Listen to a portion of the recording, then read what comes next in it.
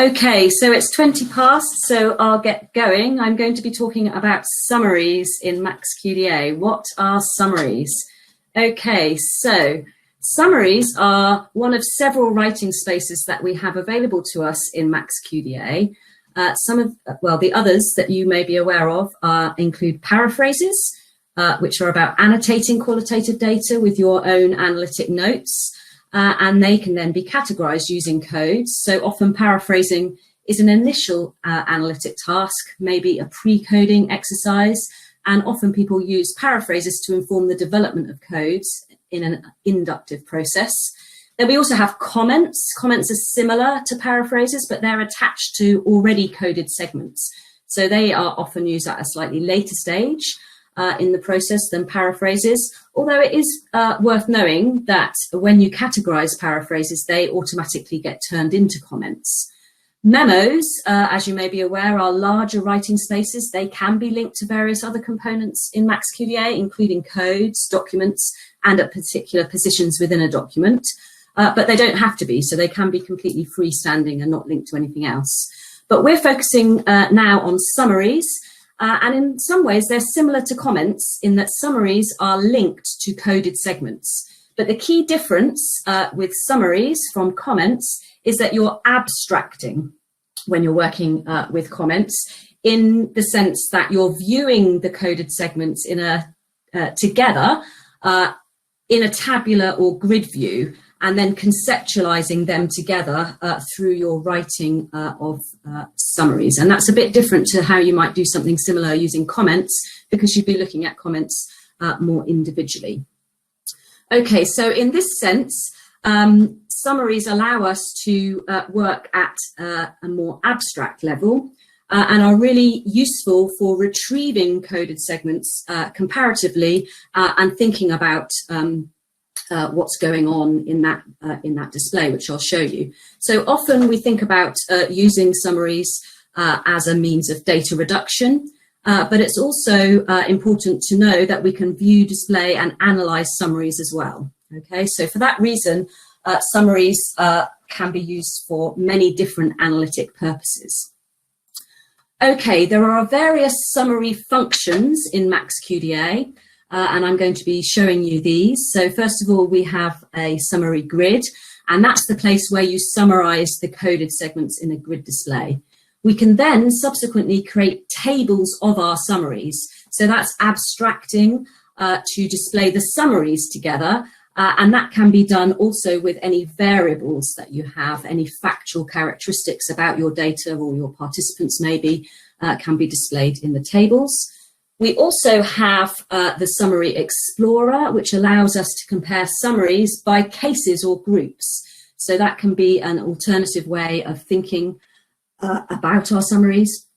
And then we also have the overview of summaries that allow us to retrieve summaries that we've created previously from various different levels or places within the document system. Okay, so before I get on and show you some of these things in the software, my summary of summaries, I find them to be incredibly useful. They're a really cool feature of MAXQDA and can be used for a whole range of different analytic tasks, and therefore they have a variety of potential methodological and practical applications, and I hope to illustrate some of those to you in this session. So I'm just going to bring up MAXQDA up onto my screen, and here I am showing you the sample project that comes with every installation of MAXQDA, the Life Satisfaction project. And what I will do is I will go straight into the analysis main menu at the top and show you the summary grid. So when I click on there, because I haven't activated anything in the project so far, I haven't filtered or scoped, or activated is the term that MAXQDA used to focus attention on particular documents or codes. I didn't do any of that activation, so I'm looking here on the left side at all of the documents by all of the codes. And in the normal way, I can open and close up little hierarchies to hide and reveal subcodes. You'll see that there are various coloured squares here. The blue ones are showing me where there is some coding for a particular document. So if I click on this blue square here, then on the right-hand side, I'll just move that across so you can see more easily. I've selected the intersection for Vinny, which is an interview transcript, and the recreation code. And here I'm seeing the coded segments for that document, Vinny, and that code, recreation. So you'll see that there are some intersections that don't have any blue squares in them. So Teresa, for example, we can see hasn't been coded at all. So if I click on one of her intersections, there are no coded segments. So that's what the blue dots are telling me. And that allows me to retrieve in the panel on the right-hand side those coded segments. But you'll also see that quite a few here have got green around those blue squares, and that's telling me that there is already a summary that has been written. So if I choose one here, Max and Career, I'm seeing the coded segment for Max that has been applied to the career code already. And over on the right-hand side in the summary panel, I can see an existing summary that was written previously, and I can do that for various other ones. So basically the process is to choose where there is a coded segment, and then I can just put my cursor in the summary tab here, and I can write my summary of this or segment. So there may, in some instances, be multiple coded segments for each document and each code, of course. So that's the process of how that works. A couple of other little things just to show you. If I choose, I think Max is the one here that I wanted to show you. There are various icons at the top here, and one of them here is the display comments on coded segments. So I mentioned comments earlier, and hopefully you can see that when I click on that little button, a little bit of text comes here. So previously, that coded segment was commented upon in the software, and maybe I want to use that comment to inform my summary. So you can see how everything is interlinked, interactively connected, and that's very useful. We have something similar with the memos here. So I choose one of the others. So here I'm looking at George and his coded segment for the career code. And down at the bottom here, it's telling me that there's a memo that was linked. So I can access that in order to inform my summary also. So there's various ways that even if you've made little notes, little analytic notes using some of those other writing spaces, at this summary level, you can access those as well. So that's one thing that's really powerful, I think, about the writing tools in MAXQDA. So this is the summary grid. I'll just close that down. And I'll show you that I can make the summary grid much more focused if I want to. If I just want to look at career, health, home life and recreation, for example, I can select to those codes. I can activate them. That's why they've gone red. And then I can choose here the particular interviews I'm interested in. This is a document group of interviews with people who are living in New York. And now when I go to the summary grid, you can see that that summary grid is now focused around the activated codes and the activated documents. So if you have a lot of documents or a lot of codes, that can be really useful to scope or filter your attention. Okay, I want to move on now and show you summary tables. You may remember that I mentioned earlier that summary tables are allowing us to look at our summaries. So I will leave the activation on the group of New York interviews and those 4 codes. And this time I'll go to summary tables. And what I now need to do is to create a summary table using the create new summary table option.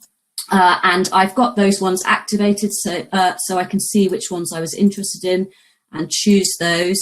you'll see that I can choose here either to focus on the activated documents, which is what I do want to do, or I could override that activation and go for all documents here if I wanted to, but I will leave it on the activated documents. And now I can add in some variables. So variables in this project are associated with the documents. So maybe I'm interested in age and education, let's say. I'll just choose those in that first column and click OK. And now what I'm looking at is a table that's showing me the summaries together. So I've abstracted away from the coded segments now, and I'm able to work and view and think about these summaries together. I can also, of course, rename this summary table, so I can come back to it later. So I can call this, I'll just call it Codes by New York Respondents for now. And there's various things that I can do here. When I right click on one of these summaries, I could copy it if I wanted to take it out in a piecemeal way like that. But I can also display the associated coded segments, and then back in here, I will be able to see that. But what I wanted to show you is that when you're abstracted in this way, it's very useful to notice that you have the export options across the top here. So I could copy this to the clipboard, or I could send it to a Word or Excel file. So let's just see if I can get that to work. I'll just save that quickly on my desktop, and then I can go and open it very quickly. It's on my other screen, obviously. Where's it gone?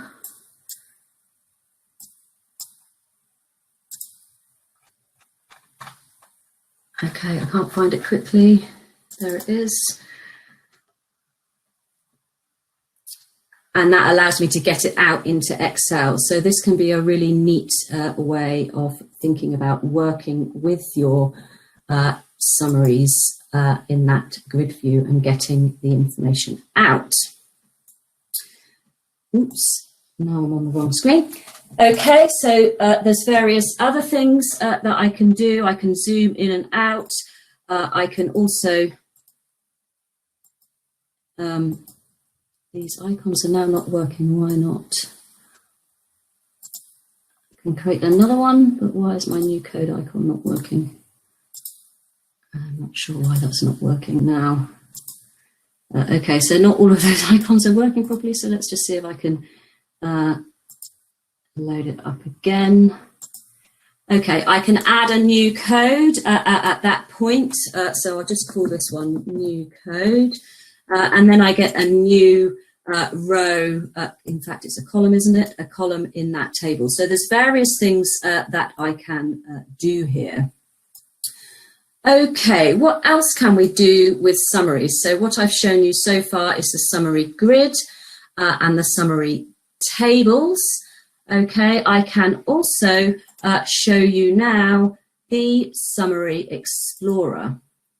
So here I can start to think about choosing document groups, document sets, or individual documents. And the key thing about the Summary Explorer, I guess, is being able to work at the document level, at the group level, rather than the individual level. That's the key thing that makes it different from what we've looked at before. So I'm just going to drag over the New York interviews and the Indiana interviews, and I will insert the activated codes. I've still got the ones I wanted selected or activated there. So now I'm focusing on working at the group level.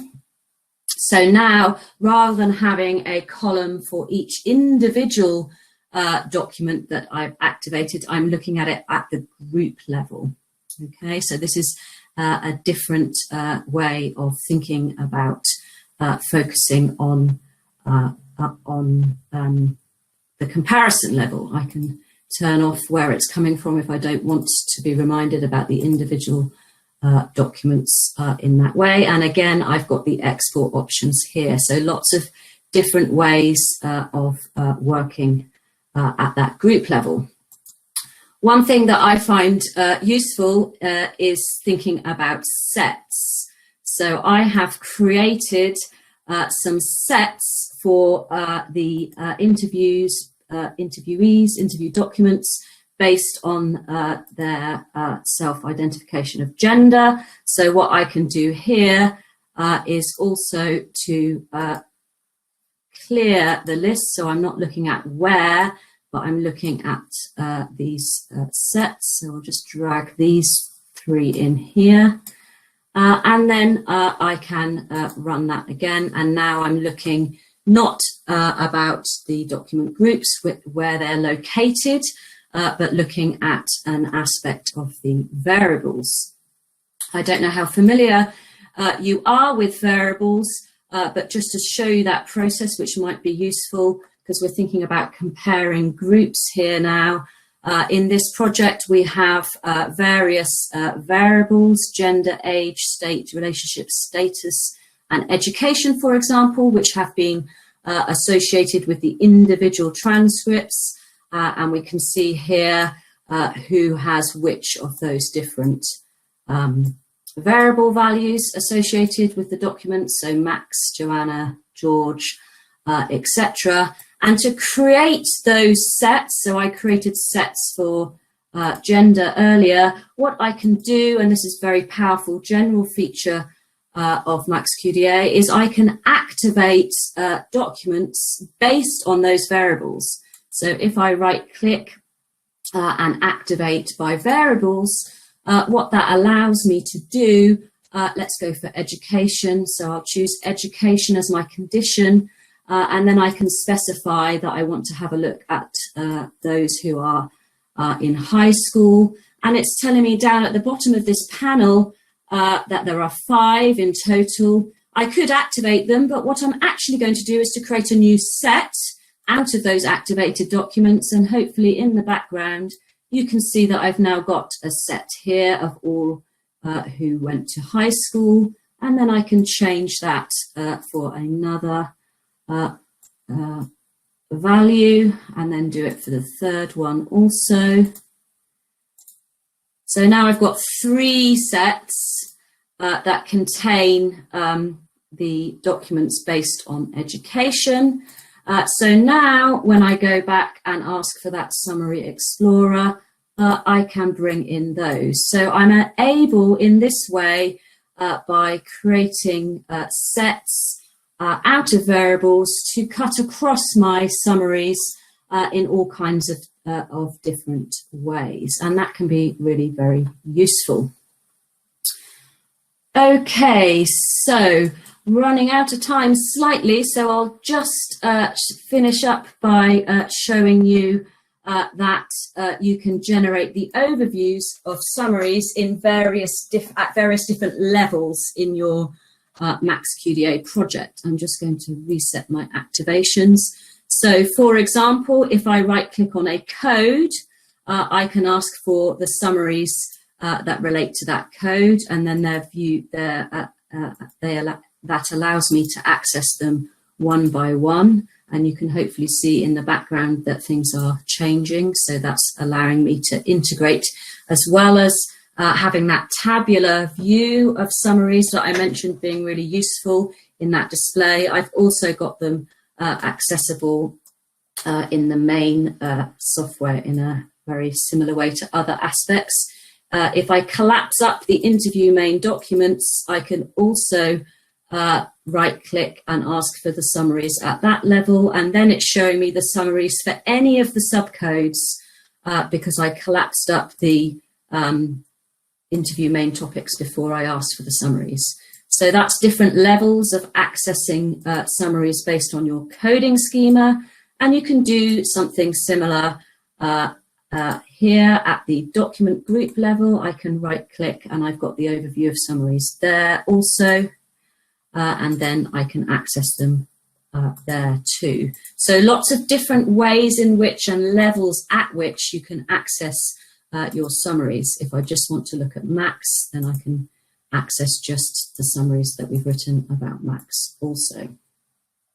So hopefully that gives you a little bit of insight into what summaries are all about and how you can make use of them in the software. That's come to the end of my allotted 20 minutes of time. So I'll just minimize this down and have a look at the chat. I'll stop sharing